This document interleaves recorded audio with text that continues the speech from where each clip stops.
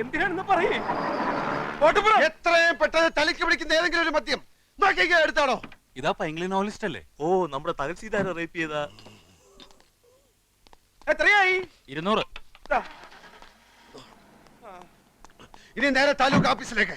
എത്രയും പെട്ടെന്ന് എനിക്ക് അവളെ റേപ്പ് ചെയ്യണം. ആരെ? വണ്ടി വിടാൻ.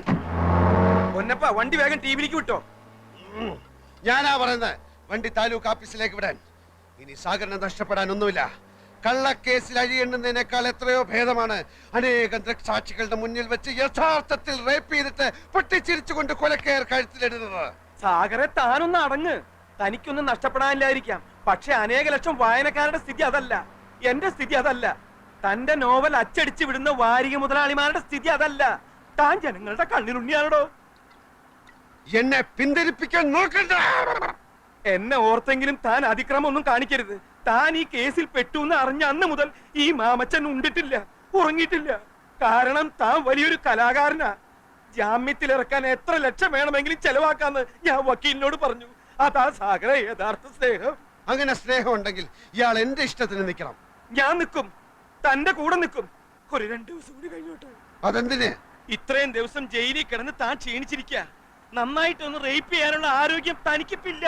അത് ഇയാള് പറയരുത്. അവളോടുള്ള വൈരാഗ്യം മൂത്ത് മൂത്ത് ഞാനൊരു സിംഹമായി മാറിയിരിക്കുക.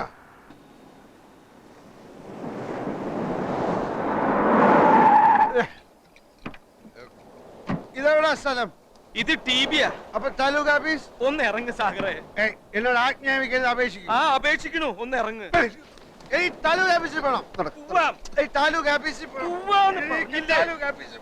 രണ്ടെണ്ണം കൂടി അടിച്ചിട്ട് പോയാ പോരെ. ഇതാ നോവലിസ്റ്റ് അല്ലേ തഹസിൽദാരെ റേപ്പ് ചെയ്ത? അതേടാ, തഹസിൽദാരെ റേപ്പ് ചെയ്ത അതേ നോവലിസ്റ്റ് തന്നെ ഞാൻ. നിന്റെ സ്വന്തത്തിൽപ്പെട്ട വല്ലവരെ വന്ന് ഞാൻ റേപ്പ് ചെയ്യണോ? പറയടാ. സ്വന്തത്തിൽപ്പെട്ട ആരും ഇല്ലെന്ന്. നിന്റെ സ്വന്തത്തിൽപ്പെട്ട ആരെങ്കിലും വന്ന് ഞാൻ റേപ്പ് ചെയ്യണോ? റേപ്പ് ചെയ്യണോ? ഇന്ന് വരെ ഒരു ഈച്ചയെ പോലും റേപ്പ് ചെയ്യാത്ത എന്നെ എല്ലാരും കൂടെ റേപ്പിസ്റ്റാക്കി. എനിക്ക് റേപ്പ് ചെയ്യണം.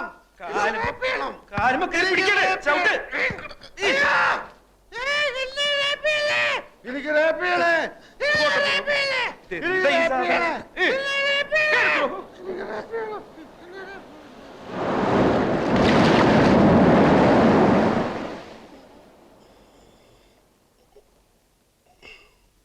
നമസ്കാരം. ഇതെവിടാ സ്ഥലം? നമ്മളിപ്പോ ടിവിയില് VIP മുറിയില. ഇത് സാക്ഷി, മറുനാട്, മലയാളക്കര, വാരികയുടെ ആളുകളല്ലേ? എന്താ എല്ലാരും കൂടെ? മരുപ്പച്ച തേടിയുടെ 9ാം അധ്യായം ചാക്യാർകൂത്തിന്റെ ക്ലൈമാക്സ് നാളെ കമ്പോസ് ചെയ്തില്ലെങ്കിൽ അധ്യായം മുടങ്ങും. പാതി വഴിക്കും നോവൽ അവസാനിക്കട്ടെ. സാഗർ കോട്ടപ്പുറം എന്ന നോവലിസ്റ്റ് മരിച്ചു പോയതിനാൽ നോവൽ നിർത്തുന്ന പരസ്യം ചെയ്തോളൂ. അതേടോ, സാഗർ കോട്ടപ്പുറം എന്ന നോവലിസ്റ്റ് മരിച്ചു. ഇപ്പൊ ഈ നിൽക്കുന്ന അയാളുടെ പ്രേതമാണ് ഇവിടുത്തെ തഹസിൽദാരെ രക്തം കുടിക്കാൻ വന്ന പ്രേതം.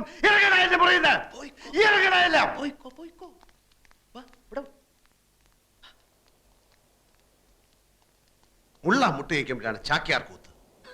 റാസ്കൽസ്.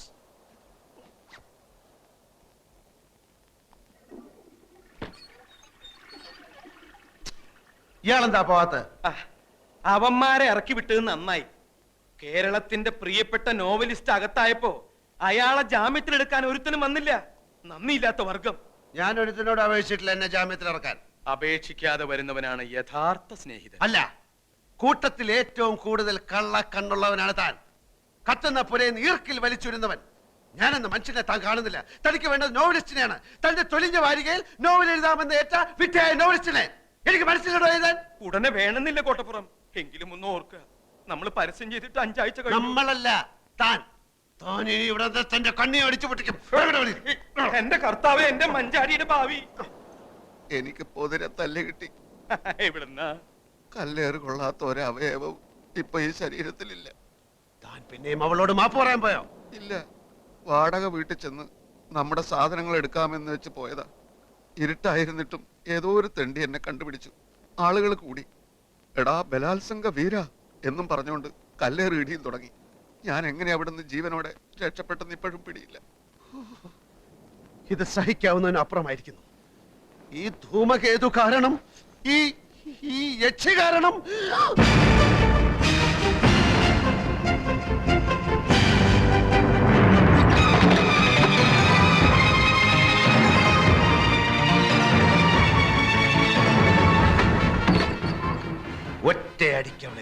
നശിപ്പിക്കാൻ പാടില്ല. പൊന്മുട്ടയിടുന്ന താറാവിനെ അങ്ങനെ കൊല്ലാൻ പാടില്ലല്ലോ. ഇനി അങ്ങോട്ടുള്ള സാഗർ കോട്ടപ്പുറം എന്ന നോവലിസ്റ്റിന്റെ ചോദനകളെ ഉദ്ദീപിപ്പിക്കുന്ന പ്രചോദനമാണവൾ. എന്റെ മഷി പറ്റാത്ത തൂലിക കൊണ്ട് ഞാൻ അവളെ നിരന്തരം റേപ്പ് ചെയ്യും. മാമച്ച അനൗൺസ് ചെയ്തോളൂ, അടുത്ത ആഴ്ച മുതൽ പുതിയ നോവൽ ആരംഭിക്കായി. നോവലിന്റെ പേര് ഒരു ഗസറ്റഡ് യക്ഷി. ഒരു ഗസറ്റഡ് യക്ഷി. ഒരു ഗസറ്റഡ് യക്ഷി. എന്റെ കർത്താവേ, എന്തൊരു പുതുമയുള്ള പേര്, ഒരു ഗസറ്റഡ് യക്ഷി. നന്ദി കോട്ടപ്പുറം, നന്ദി. ഞാൻ ഈ നിമിഷം പോകുന്നു, ലോകത്തെ മുഴുവൻ ഇക്കാര്യം അറിയിക്കാൻ പോകുന്നു. സാഗർ കോട്ടപ്പുറത്തിന്റെ ഒരു ഗസറ്റഡ് യക്ഷി. അടുത്ത ലക്കം മുതൽ സാഗർ കോട്ടപ്പുറത്തിന്റെ ഏറ്റവും പുതിയ നോവൽ ഒരു ഗസറ്റഡ് യക്ഷി.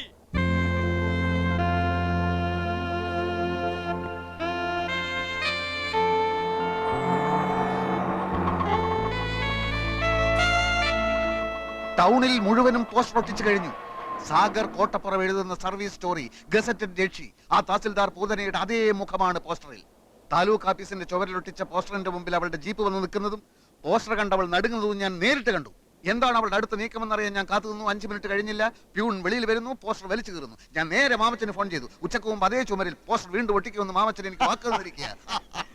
Very good, very good. അവൾ തന്നെയാണ് ഗസറ്റഡ് യക്ഷി എന്ന് അവൾ അറിഞ്ഞല്ലോ. എന്നാലേ അവൾ നോവൽ വായിക്കൂ. വായിച്ചാലേ എഴുത്തുകാരന്റെ തൂലികയുടെ ശക്തി ആ ശൂർപ്പണക അറിയൂ. അതെ, അതിരിക്കട്ടെ, നമ്മുടെ കഥ എവിടം വരെയായി? താൻ ഞെട്ടരുത്. എന്താ? താനാണ് ഈ കഥയിലെ നായകൻ. ആണോ? അതെ, കാരണം ഇതിലെ നായകന് സൗന്ദര്യം ആവശ്യമില്ല. മത്തങ്ങ പോലുള്ളൊരു മുഖമാണ് വേണ്ടതെങ്കിൽ തനിക്കും നായകനാകാം. ഈ വിഷയം നമുക്ക് പിന്നീട് ചർച്ച ചെയ്യാം. അല്ലെങ്കിലും ഇതൊരു നായക പ്രാധാന്യമുള്ള കഥയാണ്. അടിമുടി അവളാണ്. അവളുടെ കൗടില്യങ്ങളുടെ കഥയാണ്. ആദ്യ ഭാഗം ഞാൻ വായിക്കാം. സാധാരണ പൈങ്കിളി നോവലിലെ പോലെ ആമുഖമോ വർണ്ണനകളോ ഇല്ല. അവളുടെ അന്തരാളത്തിലേക്ക് നേരിട്ട് കിടക്കുകയാണ് നോവലിസ്റ്റ്. ഇവൾ അനിത. പുതിയ തലമുറയിലെ പെൺകുട്ടികളുടെ ആസൂത്രണ മനോഭാവത്തിന്റെ കഥ ഇവളിൽ നിന്ന് തുടങ്ങുന്നു. ഇവളിൽ പ്രണയത്തിന്റെ ലോലഭാവങ്ങളില്ല. മനുഷ്യബന്ധം, ദയ, കാരുണ്യം തുടങ്ങിയ വികാരങ്ങൾ ഇവൾ കന്യം. നേട്ടങ്ങളിൽ മാത്രമാണ് നോട്ടം. കീഴടക്കല്ലാണ് ഇവളുടെ സംതൃപ്തി. സൗന്ദര്യമാണ് ഇവളുടെ വജ്രായുധം. ഒരേ സമയം പല കാമുകന്മാരുടെയും വിശ്വസ്തയായ കാമുകി. നഗരത്തിന്റെ ശാപമെന്നല്ല അതെന്തു പറയാൻ. ഇന്നവൾ ഇവിടെ municipal commissioner.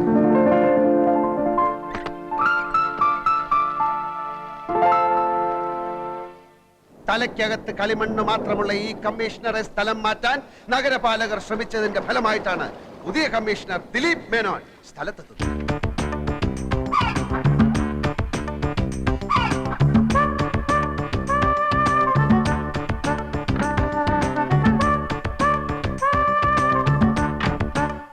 Hello, mister Dileep Menon. താങ്കൾ ചാർജ് എടുക്കാൻ വരുന്നുണ്ടെന്ന് ഞാൻ അറിഞ്ഞു. താങ്കളെപ്പോലെ മിടുക്കനായ ഒരു കമ്മീഷണറെയാണ് ഈ നഗരത്തിന് ഇപ്പോൾ ആവശ്യം. I heard you are so imaginative, a man with lot of innovative ideas. Yes sure. Before you take charge, shall we meet?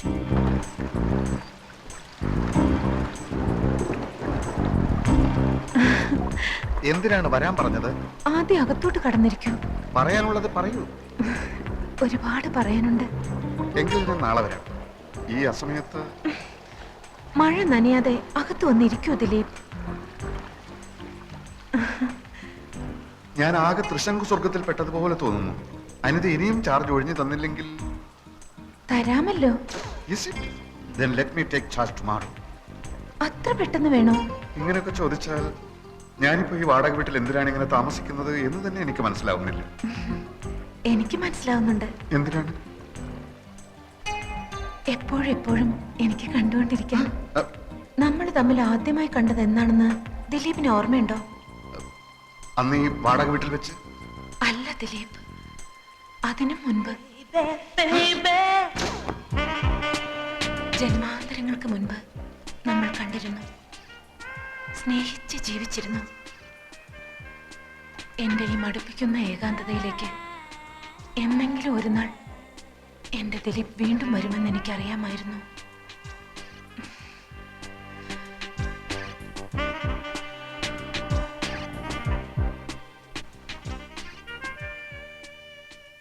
തനിക്ക് എന്താണ് സംഭവിക്കുന്നതെന്ന് ദിലീപ് മേനോന് നിശ്ചയമുണ്ടായിരുന്നില്ല. അന്ന് വരെ പരസ്ത്രീ സ്പർശം അറിഞ്ഞിട്ടില്ലാത്ത ദിലീപ് മേനോൻ ഒരു സ്വപ്നത്തിലേക്ക് വഴുതുകയാണ്. പാവം മേനോൻ. കമ്മീഷണർ അനിതയുടെ കാപട്യം അറിയാതെ ആ നിമിഷത്തിൽ അവളെ പ്രണയിക്കാൻ തുടങ്ങി. അന്നേരം ഒരു സർക്കസുകാരിയുടെ മെയ്വഴക്കത്തോടെ ദിലീപ് മേനോനിൽ അനിത പടർന്നു കയറി